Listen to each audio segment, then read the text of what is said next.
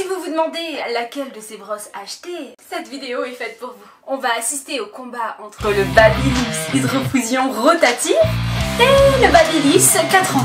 C'est parti. Comme vous pouvez le voir, mes cheveux sont totalement mouillés. Et en off de la vidéo, je suis venue mettre mon thermoprotection. Ouh, à chaque fois j'ai peur alors que je connais.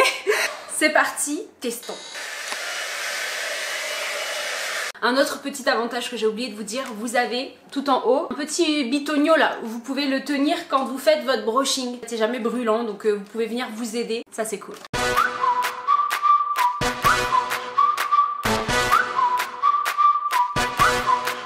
Oh my god, j'avais oublié à quel point c'est canon. Oh my god, magnifique. Waouh, regardez-moi ça. Waouh. On va en reparler à la fin de la vidéo, mais il y a une des deux brosses qui est vraiment faite pour les cheveux crépus. Parce que bon, on n'est pas tous crésus en fait. Et donc si vous êtes comme moi et que vous n'avez pas les moyens de vous acheter les deux brosses, bah, je vais vous révéler laquelle est faite pour les cheveux crépus. Si vous devez en acheter qu'une.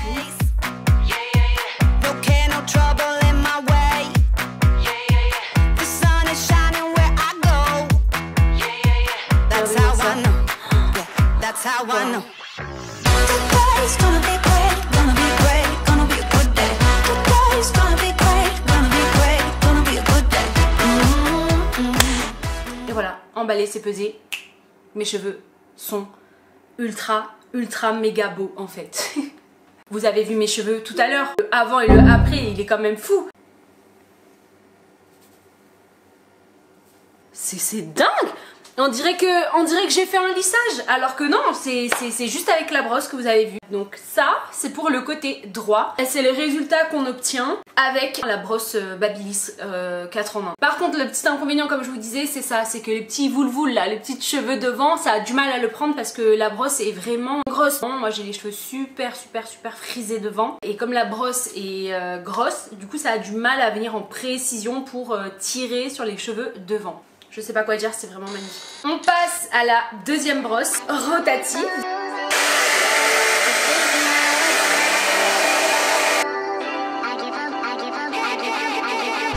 You took me for granted when I loved you past your damage. All of your scars, all of your flaws, I did. I was just your. Franchement, je vais pas spoiler ma décision, mais déjà, c'est vrai que j'avais oublié à quel point c'était vraiment un 2 en 1 avec cette brosse parce que oui, ça fait le brushing, mais surtout ça fait une forme en fait, ça fait un côté ondulation. Bon là clairement, je me suis trop inventé une personnalité parce que j'ai pris trop de mèches de cheveux. Du coup, il me dit mais par contre non en fait, viens pas m'auto-saboter. Je suis morte de rire parce que dans le retour cam, c'est un chantier. Oh punaise, c'est un chantier, pas possible, genre je suis comme ça. Mais c'est un chantier, mes cheveux, à chaque fois c'est un chantier, vraiment.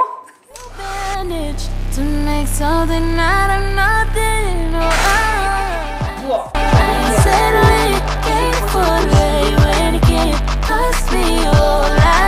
Oh my goodness. Je sais pas quel côté vous préférez, dites-moi quel côté vous préférez. Brosse rotative ou pas brosse rotative. Alors j'ai toujours du mal avec les racines, hein. Peu importe les brosses. J'ai mieux réussi les racines avec la brosse rotative. Il y a plus de forme en tout cas, il y a beaucoup plus de forme de ce côté-là que de ce côté-là. Donc j'ai pas touché mes cheveux depuis tout à l'heure.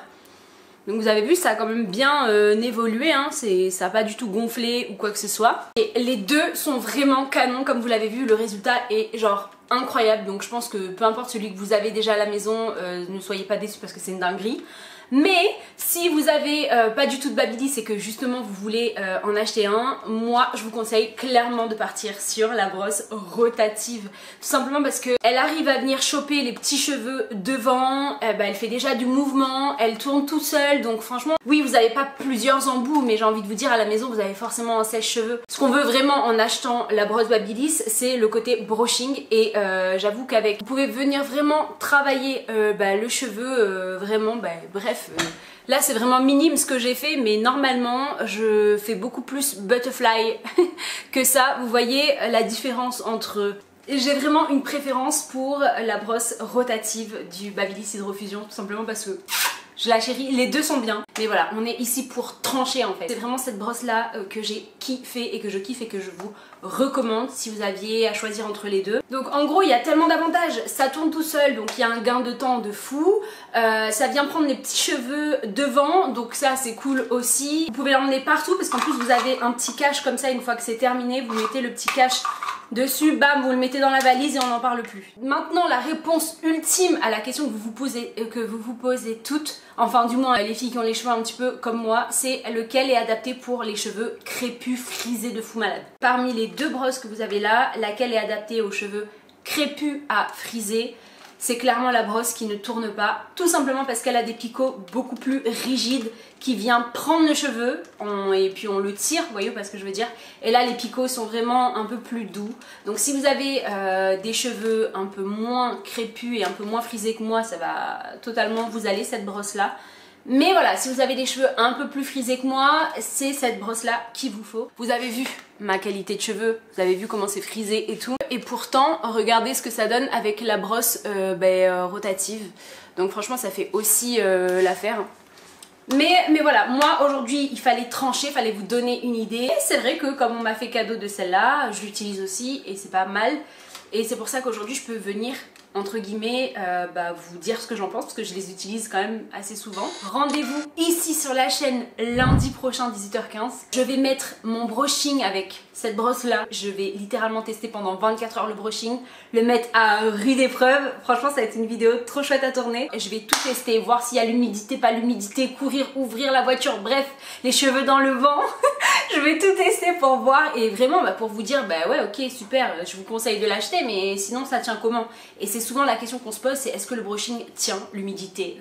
Nanana. Parce que c'est bien d'acheter une brosse mais si ton brushing il tient pas, c'est pas la peine, autant économiser vos sous. En attendant notre petit rendez-vous de la semaine du lundi 18h15, je vous fais des gros bisous, je vous souhaite une belle soirée et je vous dis à lundi, bye.